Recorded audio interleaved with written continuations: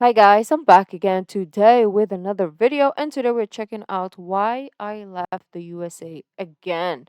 So before we start, don't forget to subscribe, click the bell button, and let's hear her out. So let's get it.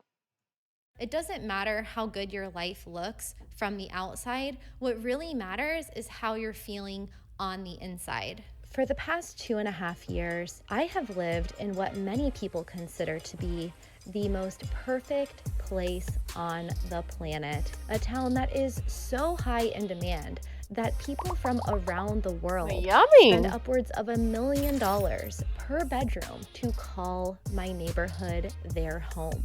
Despite all of that, I left, but not without some regret.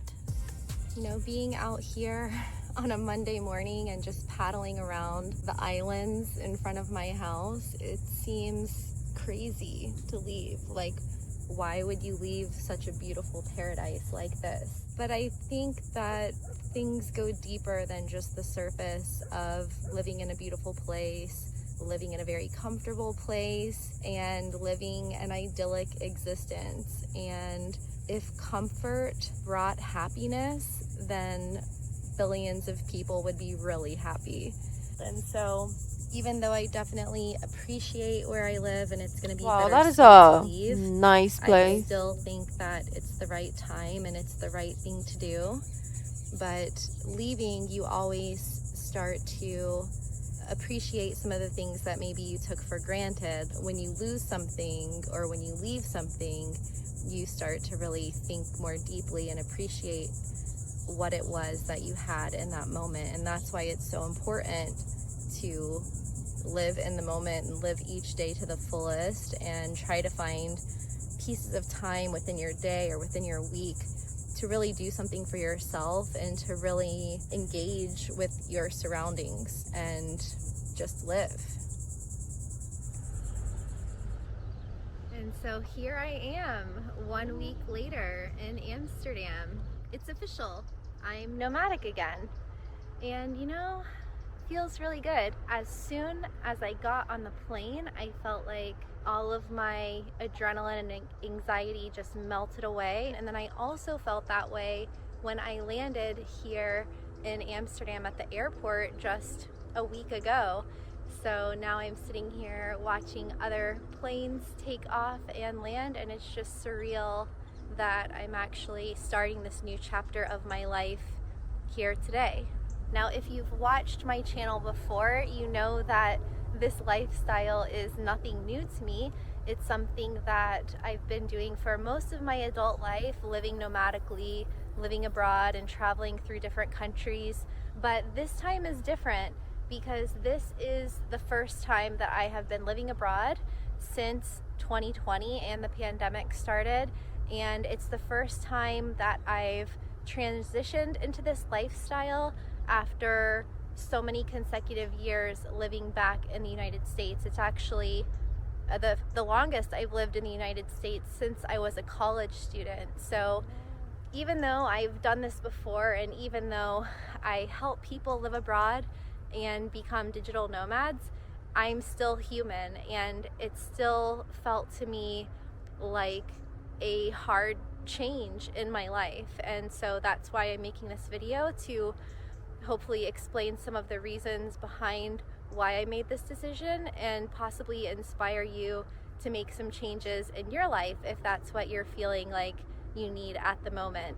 During these past couple of years living back in my home state of Florida, there were moments when I thought maybe I was getting a little bit too comfortable. I started feeling again like maybe I would never leave. I mean, I had my friends there, my family there, I had my stuff there, I bought furniture, I rented an apartment, I signed a long-term lease, I bought plants, I started growing tomatoes on my balcony.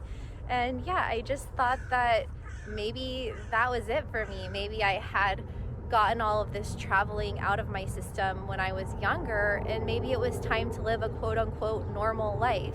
And so it did feel like a big change to re-enter this lifestyle and give up a lot of the comfort and convenience and feeling of safety and security that I had developed over the past few years. But what starts to happen after you've lived in one place for a long time, and maybe you can relate to this, is that you start to feel stuck. Like the longer you've lived somewhere, the harder it becomes to leave, and the more that inertia starts to set in, and it takes even more I don't know energy why I'm to reading get captions. I'm so used unstuck to it. and to shift the momentum of your life in a new direction. And that's what I started to feel after a couple years of living in the US. It was like it took me a whole nother year of thinking about moving before I actually went into action. And I think this is because of a quote that I think that comes from Tony Robbins, where he says that change only happens when the pain of staying the same becomes greater than the fear of taking action. And I think that as human beings, we can all relate to it being easier to think about change than it Rather is than to do it. actually make changes in your life. But having put myself in uncomfortable situations before, I knew that once I crossed that threshold that it was time to take action, and so I did. Now, there are plenty of logical and completely valid reasons why you might want to leave the United States or wherever your home country is. And those were Okay, before we continue, I can't believe how peaceful the video is. Like, obviously, if she's in the center of town, it's gonna be different, right? There's gonna be noises. But since she's like, I don't know where she is exactly, it's like a park or by the lake and all that. I saw a car behind her and some, I think a bicycle, I'm not sure. Um, but the noise is so like minimal. I don't know if it's because she has like a microphone of, you know, to block noise, but you can hear the chirping of the birds and you can like hear nature and even the car a little bit, but it's not noise polluted. Because if I were to do the same video where I live, even if I was in the forest somewhere, you will still hear a lot of noise, like somebody's screaming, somebody's honking, the cars are loud. It's just noise pollution left, right, and center everywhere. The reason why I even have this at the first place, and I don't even know if it works. I don't like the sound, but anyways, um, is because I would be videoing with no mics, and then some neighbors just like screaming for no reason. The cars are so loud. Our houses are literally close to one another, like wall to wall. That's how they like to build it here for some reason. And like there's karaoke, somebody's blasting their music from the other house, and it's so freaking loud. I don't know. It's like the volume is like 1,000. For some reason, they're deaf or some. I don't know. Like people just want to irritate everyone, or I feel like they consciously do not care about people peace. That's what I like. I love the people here, but one thing is culturally, I don't think we grew up knowing give space to other people or let people be in peace. It's not a cultural thing to like put people's feelings and thoughts before yours. It's like, oh, I feel like listening to like the loudest music in the entire universe. I'm gonna do that. And do I care about what my neighbors think? No, right? So the fact that I watch this and like I hear how peaceful it is, and I can really hear her voice, it just makes me jealous because I can't get that most of the time. And I love quiet. Like if you didn't know, I just want to be like in the mountains, like a house on my own, and just leave me there, right? I'll go down off the mountain once a month to do my like food shops. But after that, I don't want to interact with any side people or anything, right? Just let me be. the United States or wherever your home country is. And those were the reasons that I left the first couple of times. I mean, every time there's a national election, half of the population threatens to move to Canada.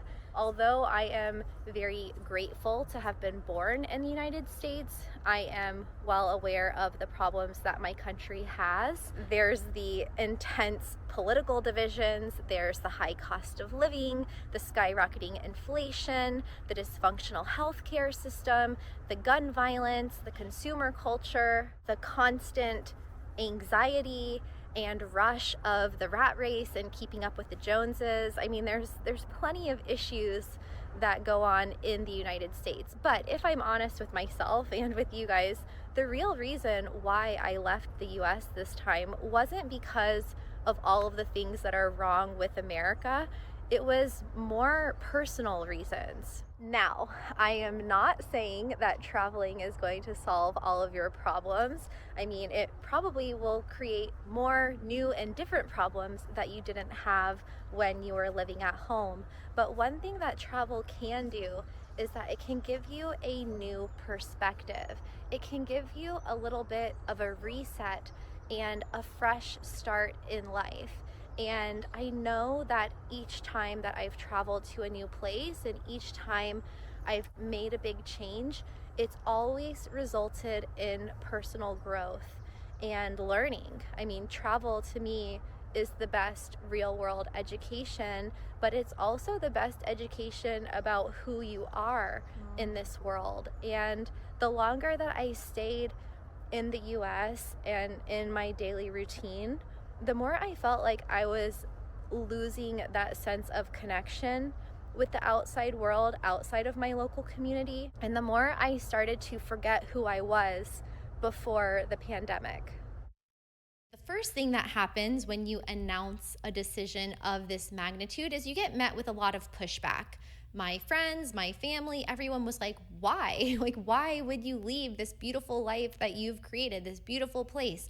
So many questions. And I couldn't answer all of those logically or rationally. It was mostly just a feeling that this chapter in my life was closing, and it was closing fast, and it was time to move on. A problem that many of the naysayers face when you're telling them about your plans to make a big life change, like quitting your job or moving to a foreign country, is that they are stuck in the status quo. There's two main problems facing modern day humans: our physiological and evolutionary programming, and also our societal and cultural programming. You see, both of these sets of programmings are to keep us safe and to help maintain the status quo and the species for that matter. And so to break out of that is very difficult. And it's understandable that people have questions and people want to play devil's advocate when you do something that's out of the ordinary. The other thing you have to contend with is your brain, because 95% of your thoughts are the same every day. And unfortunately, the majority of those thoughts are negative. So this can lead to feeling in a rut. And I was definitely feeling that rut. And the quickest way to get out of a rut is a pattern interrupt. Changing your behavior, changing your habits, or even changing your country. When you travel, everything is new, everything is different, everything is challenging, and even though it's not always comfortable, you always feel more present and feel more alive. And that is the feeling that I've been missing and craving during these pandemic years. I want to reconnect with that spark of life and that aliveness that only comes through new experiences, personal growth, and meeting new people. On a similar note,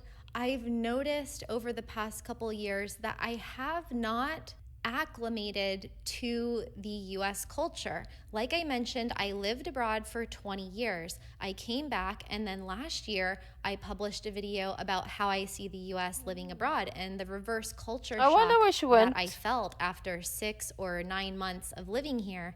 And now that hasn't gone away. I still feel like an outsider in my home country, and I still don't relate or identify with a lot of the topics of conversation and the wants and the desires of many of the people in my community. I'm not interested in shopping, don't want to talk about politics. I don't have any office politics or work drama to talk about. I'm not interested in gossip. And there's a lot of people here, of course, but I just really miss the conversations that I have with travelers and with locals in other countries. I'm also a bit weirded out by the whole consumer demand cycle in the US. It's like you can just tell what time of year it is by walking into a grocery store or walking into a pharmacy at any given time of year. You've got a Valentine's Day that Mm. turns into St. Patrick's Day, that turns into the 4th of July, Labor Day, Halloween, Thanksgiving, Christmas. It's like from one day to the next, everything changes color from pink to green to red, white, and blue. And it's just like a little bit weird. And I feel like I'm living in this weird twilight zone. It's like everything is the same. Like they just change the flavors of the candies and the foods and the colors of the packaging. And it's just, I don't know. I don't know how to describe it, but like, I quite literally feel like I'm living my own version of Groundhog Day, and I can't tell if it's 2022 or 2020 sometimes. Another big reason why I'm leaving is because I can, but not just me. Hundreds of millions of people have found a new sense of work freedom, of location freedom, and they are taking advantage of it. So, whether you're moving throughout your country or throughout the world, so many millions of people have been freed from the cubicle, have been freed from the office, and are working remotely. And this is an unprecedented time in history where, even in the past year or so, upwards of 50 countries have announced new remote work or digital nomad visas that allow people to apply to live there for 1 to 5 years at a time if you earn an online income. And so this is a very exciting time to be alive. You have a 1 in 3 or 4 quadrillion chance of being born at this time. And so I think it's time to seize the day. And that is certainly what I'm going to do. No matter how much of the world you've seen, there's always more to explore. And there's True. plenty of places that maybe you're even afraid to go, but magic is what is on the other side of fear.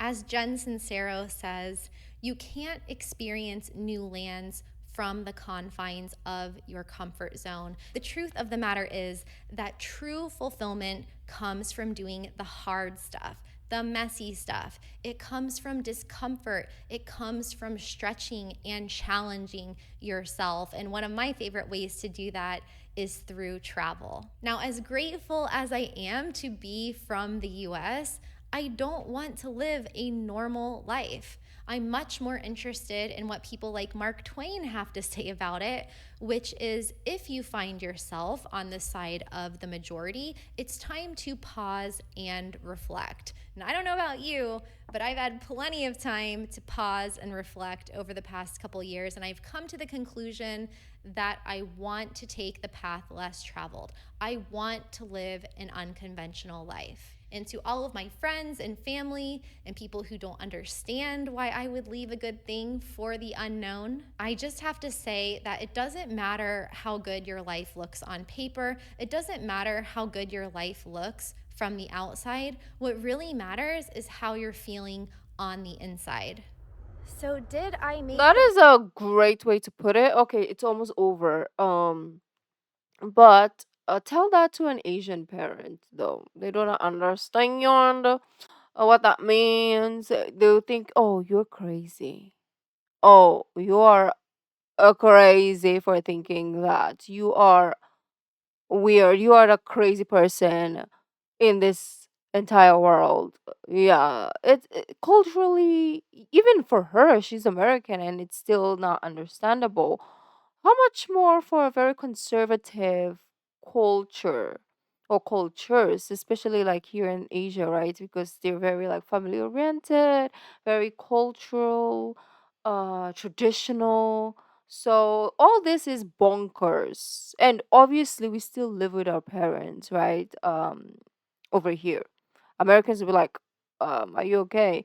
But over here, it's a norm, and even if like so many people are like open-minded and changing, it's still a very strange concept to be like, yo, I wanna be a nomad, a digital nomad. Your parents were like, just go to sleep and then wake up, and then maybe you will forget about this shenanigans that you're talking about. So it's a tough one. You have to be really brave to be kind of like independent in this place over here. Yeah, it's tough. Right decision by packing up all of my stuff and setting off around the world again with a one-way ticket. I don't know. If you were to ask me right here, right now, I would say yes. I'm feeling very at home here in Amsterdam, and I'm very much looking forward to my next destination of Portugal. I think that time will tell, but regardless of where I go next, I hope that you will join me here on the journey. Nice. I wish I was in Amsterdam. Like I would love to. Um, yeah. So, anyways, beautiful peeps. So I am going to see you hopefully tomorrow. Hopefully tomorrow. Click the bell so that you know whenever I do upload. But thank you guys for joining me if you are, and hope to see you tomorrow. Bye.